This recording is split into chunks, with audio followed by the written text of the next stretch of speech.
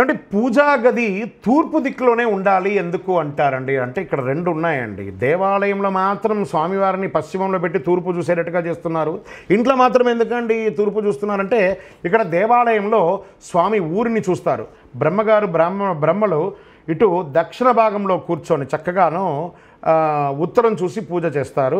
ఆ స్వామివారికి చైతన్యం పెరుగుతుంది, దానివల్ల యోగక్షేమం అవుతుంది. అదే మన ఇంటిలో మనం తూర్పు ముఖంగా చూసి పూజ చేస్తూ ఉంటాం. బాగా గుర్తుపెట్టుకోండి, మన యొక్క పృష్ఠభాగం సూర్యుడికి కనబడదు, దానివల్ల ఐశ్వర్యవంతుడు కావాలంటే చూడండి. రాముడు మరియు రావణాసురుడు యుద్ధంలో ఒకరోజు కూడా రాముడు తూర్పు దిక్కుకి తన పృష్ఠభాగాన్ని చూపకుండా తూర్పు ముఖంగానే యుద్ధం చేశారు కాబట్టి గెలిచారు.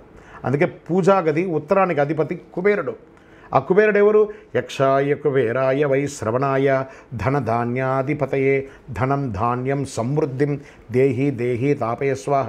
సాక్షాత్ లక్ష్మీదేవి యొక్క మనం ఏం చెప్తాం, మన చీఫ్ రెవెన్యూ ఆఫీసర్ అంటాం కదా, అలా గవర్నర్ అంటాం కదా, ఆర్బీఐ గవర్నర్ లాగా ఆ లక్ష్మీదేవికి గవర్నర్.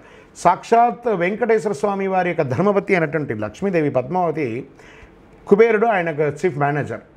కానీ అమ్మవారే ఇవ్వచ్చు కదా వెంకటేశ్వర స్వామికి, అప్పు లేదు, కుబేరుడు ద్వారానే, కుబేరుడు ద్వారానే ఇచ్చారు. అందుకే మనకు కూడా బ్యాంక్ వగేరాలన్నీ పెట్టారంటే ఆ కుబేరుని యొక్క స్థానం ఈ ఉత్తర ఈశాన్యానికి చాలా అధిపతి. అందుకే పూజా గది తూర్పు ముఖంగా కానీ ఉత్తరముఖంగానే ఉంటే చాలా బాగా ఉంటారు. అదే దక్షిణ ముఖంగా పెడితే యముడు వచ్చి ఆ ఇంట్లో స్థిరవాసంగా కూర్చొని దౌర్భాగ్యాన్ని ఇస్తారట. అందుకే తూర్పు ఉత్తర భాగాల్లో పెట్టవచ్చు అని చెప్పి చెప్పడం జరుగుతుంది.